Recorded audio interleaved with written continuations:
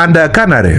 When a veteran, battle-hardened politician breaks down and weeps on live national television, the country stops and stares. Recently, dynamic political figure Odonga did exactly that. He cried on live TV following the high-profile arrest of veteran activist Miria Matembe, who had spoken out against Moses Kongaba and the Patriotic League of Uganda. Immediately, the internet exploded. Critics laughed, political opponents scoffed, and ordinary citizens wondered, why would a giant like Odonga shed tears? To truly understand those tears, we have to look past the surface. This wasn't just a moment of weakness. It was a moment of deep historical pain and brutal honesty. Today, we break down the critical reasons behind this emotional moment, starting with his own powerful words. You can't! We are citizens! We are not slaves! And you say you are PLU? First, we must look critically at Odonga's speech itself. He used his every moment to sound a massive warning alarm about a dark cloud hanging over Uganda, tribalism. He cautioned that blindly blaming an entire region for the political excesses of a few is a dangerous path. We risk as a country making this struggle tribal because of the excesses of PLU. People are blindly blaming the Banyankole, and this must stop. We risk as a country making this struggle tribal because the excesses of PLU, people are blindly blaming Banyankole, and this one we must stop. Otto shared a reality check from his own recent travels to Mbara, proving that ordinary citizens everywhere are suffering equally under economic hardship. He recounted a story of a local man in Mbara begging him for just 5,000 Uganda shillings for food, proving that poverty knows no tribe. He warned that calling an entire ethnic group the enemy is genocidal and will only tear the country apart. I was in Mbara 3 weeks ago. I stayed there for 3 days. I just drove. I went and played golf. I went and played pool. And you see people struggling with their lives. Someone in an arena even said, Honorable Otto, I have not eaten since morning. Help me with 5,000. But on the other parts of the country, it is very easy to say, you Banyankoles are the ones doing these things to us. We should stop. Because those kind of comments are genocidal and it will lead this country into more things. But then, he brought it back to history and to Miria Matembe. Otto reminded the nation of a time when northern Uganda was torn apart by war. When a motion was moved in parliament to declare northern Uganda a disaster area, it wasn't just Acholi MP standing up. It was leaders from Batoro and Banyankole, and among the loudest, most passionate voices weeping for the suffering women in the displacement camps was Miria Matembe. When northern Uganda was having a war, we brought a motion to have northern Uganda declared a disaster area.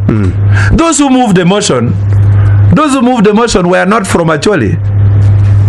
Actually, the person who moved the motion to declare northern Uganda disaster area was Dora Biamokama. I think from Toro or from Ankole. People like Miria Matembe cried in parliament that northern Uganda women are suffering. They are moving in the camps without pads. We have to declare this place a disaster area. Today, where is she? Where is Matembe? Now, decades later, seeing that same iconic woman handled, roughly unarrested, at that advanced age broke something inside him. As citizens, not slaves, Otto's tears were a reflection of a precocious and deeply sensitive time in Uganda's political landscape. What kind of life is that? What kind of life is that? For me, Otto, if you send me to arrest Matembe, I have to spend 2 hours thinking which part of her body to hold. She's old. You hold the hands, she may remain in your hands. Where is Matembe? The husband is asking, where is my wife? Where is Miria Matembe? You people there. It was from Lukwago to Matembe. Even our age, even our advanced age. can't treat people like that. You can't.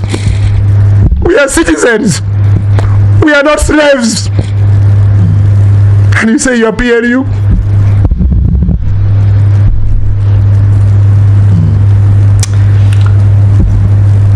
Well, Doctor. Yes, it's a sad state of the environment is I don't know. The environment is precarious. It's a sensitive time. To understand why the Matembe incident hit so hard, we have to rewind the clock 9 years. This wasn't the first time Odonga cried in public.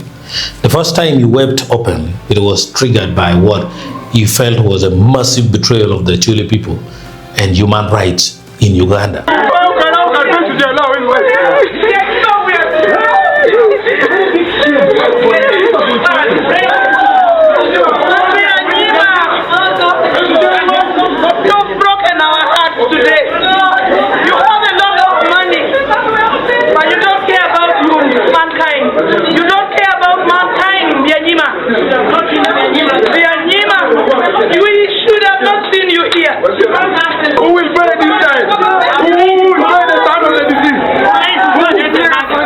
The year was 2017. Akena, a young Acholi man from Kitgum, was shot and killed in a Kampala parking lot. The prime suspect was Matthew Kanyamunyu. Despite strong CCTV footage and circumstantial evidence, the public was shocked when Winnie Byanyima, the wife of the FDC party president, Dr. Kizza Besigye, stepped forward to stand surety for Kanyamunyu's bail.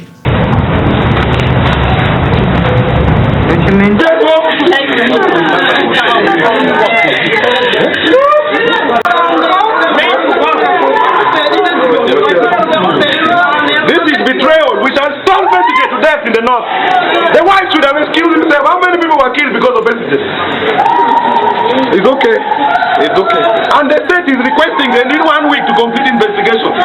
Why do you want to release the man so that he comes and interferes in investigation? Besigye should have prevailed over his wife. Winnie Byanyima to be a surety for Kanyamunyu. For Odonga, who was a staunch FDC pillar at the time, this was a knife to the heart. How many people died because of Besigye? From all people. I am a practicing lawyer. I know bail is a constitutional right. Kanyamunyu is entitled to bail. Walking out of the court after weeping openly, a few days Otto declared that Kizza Besigye's FDC was finished. The solidarity was broken. But Winnie Byanyima, the wife of Dr. Kizza Besigye, to come and be surety for Kanyamunyu. It is all over. The political lines have been redrawn in Uganda. The political lines have been redrawn.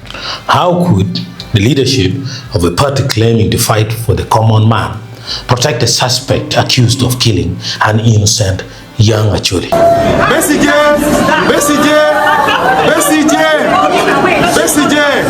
please, when you are coming in the north, come in an armored vehicle. Otto was not alone in this grief and anger. Other prominent Acholi FDC members of parliament, including Dr. Olanya Gilbert,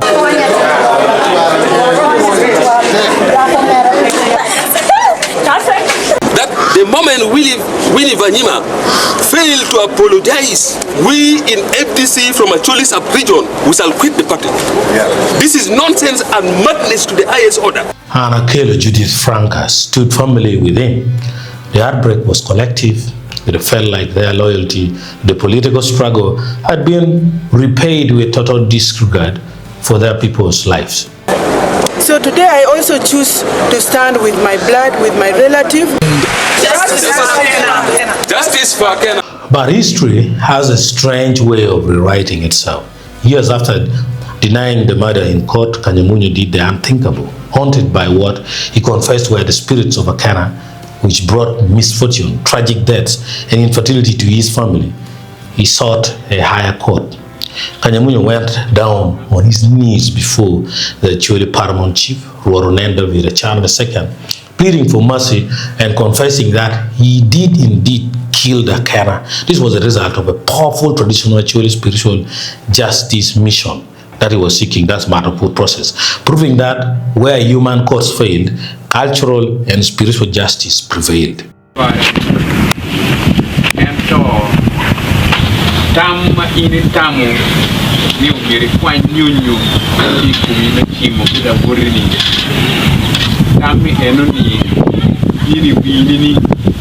I have heard what you have said very carefully, and I have two questions for you.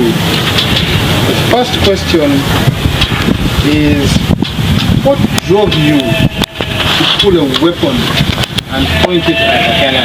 What really drove you? To be honest, I would be lying to you if I told you that I have fully comprehended the tragedy of that fateful day. Imelorada papa wutika maleng ikombeli filme nyang matut no mawo gin mutemene o teme kar mutemene. The stupidity, the foolishness, the evil that they exhibited on that day is not something that I knew was in me, but now I recognize that. So, when people ask today, why did Odonga cry for Miria Matembe? The answer is simple. When you connect the dots from the Kanyamunyu case to today, you realize that Odonga is just brutally honest. He's a man who wears his heart on his sleeve, honest about political betrayal, honest about his love for Uganda's unity, and unyielding when it comes to justice and human rights. This should serve as a stern warning to political actors like the Kabanda and others who rush to criticize and mock Otto for crime. History shows that Odonga's tears are never empty. They are a precursor to shifting political tide. Whenever Odonga speaks or weeps, you better look closely, because the truth he is exposing is usually undeniable. What do you think about Odonga's emotional warning to the country? Let us know in the comments below. Don't forget to like, share, and subscribe for more deep political insights. See you in the next video.